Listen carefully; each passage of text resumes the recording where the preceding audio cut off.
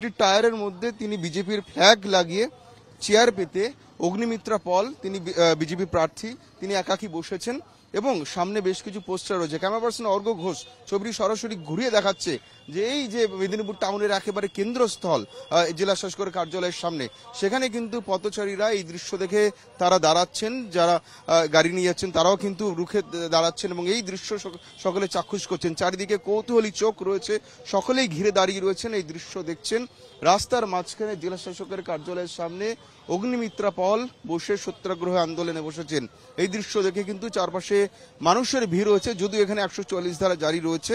সে কথা মাথায় রেখে অগ্নিমিত্রা পল তিনি একা রয়েছেন, তার সঙ্গে নেই কোনো কর্মী সমর্থক, নেই কোনো দলীয় সহকর্মী, তিনি একা রয়েছেন এবং তার হাতে এখনো সেই পোস্টার রয়েছে যাতে লেখা কালো কালি দিয়ে বিরোধী কণ্ঠরোধ, পুলিশি সন্ত্রাস মানছি না, মানব না। এবং তার নিচে রাস্তায় একেবারে পিচের রাস্তার উপরে আরো বেশ কিছু 5-6টা পোস্টার তিনি রেখে দিয়েছেন পাথর চাপা দিয়ে, যার মধ্যে কিন্তু পুলিশের বিরুদ্ধে সরাসরি হুঁশিয়ারি রয়েছে। মমতা পুলিশ 4 জুন খেলার মাঠে দেখা হবে, বাংলার গর্ত মমতা, পুলিশের অত্যাচারের বিরুদ্ধে বিজেপি লড়বে সহ আরো বেশ কিছু, পুলিশ তুমি উর্দি খোলো, তৃণমূলের ঝান্ডা ধরো, এই ধরনের বেশ কিছু বার্তা দিয়ে আরো কিছু পোস্টার রয়েছে। অগ্নিমিত্রের দিকে আরেকবার শেষ প্রশ্ন করবো। অগ্নিদি, এখানে একটা পোস্টার রয়েছে যেখানে দেখতে পাচ্ছি বাংলার পুলিশ 4 জুন খেলার মাঠে দেখা হবে। দিদি, কোন খেলার মাঠ আর কি দেখা হবে, কোন খেলার কথা? এটাই হচ্ছে আজকে এগিয়ে বাংলার এক্সাম্পল, যে কালকে আমাদের লোকসভার ভোট, কালকে মেদিনীপুরের ভোট এবং আমি ভারতীয় জনতা পার্টির লোকসভার প্রার্থী।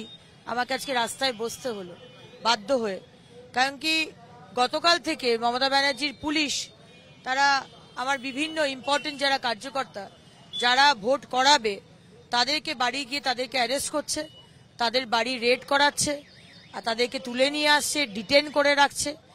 আসাম থেকে আমাদের প্রবাসী কার্যকর্তারা এসেছিল, আসাম আর ত্রিপুরা থেকে। কেশিয়ারিতে আসামের 2 জন কার্যকর্তাকে কেশিয়ারির আইসি বিশ্বজিৎ হালদার তাকে তুলে নিয়ে এসে সারা রাত, বহু রাত অবধি তাকে রেখে দেয় এবং প্রচন্ড অপমানিত বোধ করে তারা। আজকে ভিন্ন রাজ্য থেকে এসে এইভাবে থানাতে ধরে নিয়ে আসা।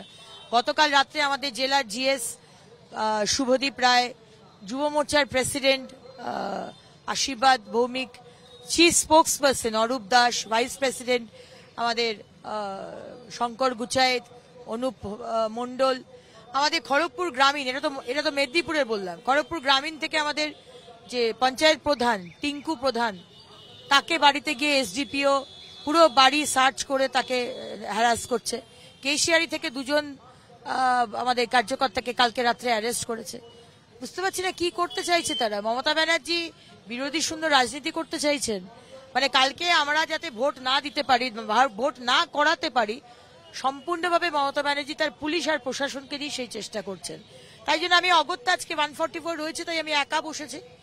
আমি কোনো নিয়ম আইন শৃঙ্খলা ভাঙবো না, আমি একা বসেছি। আমি উত্তর চাই যে কেন আমার কার্যকর্তা, কেন আমার সমর্থকদের অ্যারেস্ট করা হচ্ছে বিনা কারণে।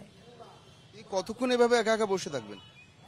দেখুন, আজকে বেশিক্ষণ বসবো না, আজকে শুধু ট্রেলার দেখাতে এসছি।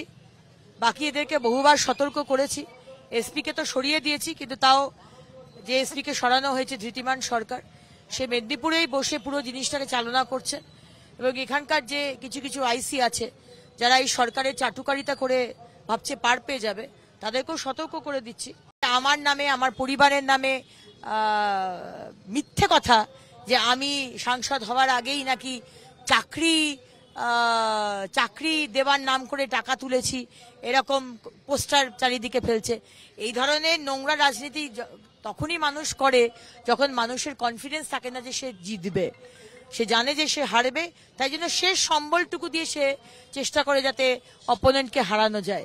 কিন্তু আমি কনফিডেন্ট যে আমি জিতবো, কারণ আমি স্বচ্ছ, আমি মানুষের জন্য কাজ করতে চাই, কাজ করে এসেছি এবং আমার যে মাননীয় প্রধানমন্ত্রী উনি 10 বছর কি কাজ করেছেন মেদিনীপুরের মানুষের জন্য, ভারতবর্ষের মানুষের জন্য উনি দেখিয়ে দিয়েছেন। তাই মেদিনীপুরের মানুষ আমাকেই ভোট দেবেন। দিদি, নির্বাচনের ঠিক প্রাক মুহূর্তে বা আগের দিন রাত্রিবেলা জেলা শাসকের কার্যালয়ের সামনে এইভাবে সত্যাগ্রহ দেখে আপনার বিরোধীরা বা নিন্দুকেরা তো রসিকতা করে এটাও বলতে পারে যে হেরে যাওয়ার আগে জমি প্রস্তুত করতে চলছে বা কোনো এক্সকিউজ খুঁজতে চলেছেন অগ্নিমিত্রা পল। এখানে জমি প্রস্তুত তো ব্যাপার নেই, এখানে তো আমার যে কার্যকর্তাদের বাড়িতে রেড হয়েছে সেটা তো মিথ্যে কথা না, সেটা তো সত্যি কথা। সেটা তো সবাই জানে যে রেড হয়েছে, পুলিশও সেটা জানে যে সে রেড করতে এসেছে। সুতরাং আমাকে তো মমতা ব্যানার্জির মতো মিথ্যের আশ্রয় নিতে হয় না, মিথ্যে কথা বলতে হয় না। যেটা সত্যি, আজকে অন্যায় করছে মমতা ব্যানার্জির পুলিশ, আমি তার প্রতিবাদ করেছি। ইলেকশনের আগের দিন হোক, অন্যায় যদি হয় অগ্নিমিত্রা পাল প্রতিবাদ করবে। আমি সেই প্রতিবাদ করতে এখানে এসেছি, একা এসেছি, কারণ 144 দ্বারা এখানে আছে।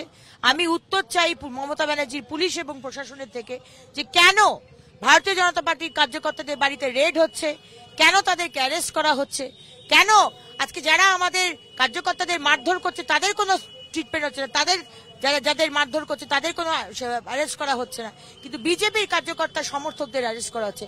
আমি উত্তর চাই। এই আন্দোলনের দিনক্ষণটা তো একটু বেশি তাৎপর্যপূর্ণ, ভোটের ঠিক আগের দিন রাত্রিবেলা।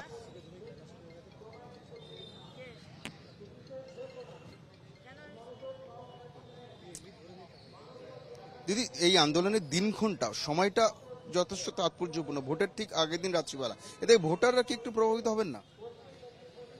ভোটারদের তো জানা দরকার যে আজকে মেদিনীপুরে কি হচ্ছে, পশ্চিমবঙ্গে কি হচ্ছে। আজকে মেদিনীপুরের মানুষের জানা দরকার যে আজকে আমাদের কার্যকর্তাদের, আমাদের সমর্থকদের বাড়িতে পুলিশ পাঠানো হচ্ছে। আজকে 13টা বছর তো তাই করে এসেছে। আজকে মানে ইলেকশন কমিশন আসার পরেও আজকে এইভাবে পুলিশকে দিয়ে মানে সন্ত্রাস ছড়ানোর চেষ্টা করা হচ্ছে, সন্ত্রাস করা হচ্ছে, এবং মানে বিরোধীকে নিস্তব্ধ করে দেওয়ার চেষ্টা করা হচ্ছে। এটা তো আমরা মানবো না, তাই প্রতিবাদে নেমেছি। কালকে কি সন্ত্রাস বা ভোট লুটের আশঙ্কা করছেন? হতে পারে, কিন্তু আমার পুরো ভরসা রয়েছে ইলেকশন কমিশন এবং সেন্ট্রাল ফোর্সের প্রতি। আমার দৃঢ় বিশ্বাস যে তারা সেটাকে যাই হোক না কেন, তারা সেটাকে হ্যান্ডেল করবে এবং অবাধে ভোট হবে। আমরা এনশিওর করব যে মানুষ যাতে অবাধে ভোট দেয়। আপনার দলেরই বেশ কিছু আপনার সহকর্মী বা সাংসদ ইতিমধ্যে অভিযোগ করেছেন, পেছনে যে কটা দফা হয়েছে সেই দফাগুলোতে কিন্তু তারাও অভিযোগ করেছেন কেন্দ্রীয় বাহিনীর বিরুদ্ধে, বা কেন্দ্রীয় বাহিনী নিষ্ক্রিয় ছিল। কখনো অভিযোগ করা হচ্ছে রাজ্য পুলিশ তাদেরকে সঠিকভাবে ব্যবহার করেনি, কখনো অভিযোগ করা হচ্ছে সরাসরি কেন্দ্রীয় বাহিনী নিষ্ক্রিয় ছিল, যেরকম রানাঘাটের সাংসদ অভিযোগ করেছিলেন এর আগে। দেখুন, কোনো কোনো জায়গায় হতে পারে এরকম ঘটনা হয়েছে, সেটা ইলেকশন কমিশনকে জানানো হয়েছে। আগামী দিনে যাতে সেটা না হয়, আর 2টো দফা বাকি, কাল আর 1 তারিখ, আশা করব ইলেকশন কমিশনের স্টেপস নেবেন যদি হয়েও থাকে। মেদিনীপুরে ভোট লুট হলে আপনি কি করবেন? দেখুন, আমি তো রাস্তায় থাকবো এবং যদি ভোট লুট হয় আমি সেখানে পৌঁছবো। আমি সেখানে প্রতিরোধের চেষ্টা করব, প্রতিবাদ করব, এবং সেখানে আমি আবারও বলবো ইলেকশন কমিশন আছে, প্রত্যেকটা booth 100% covered by CCTV camera, central force রয়েছে, সেখানে আমরা এত অনায়াসে আমরা জমি ছাড়বো না।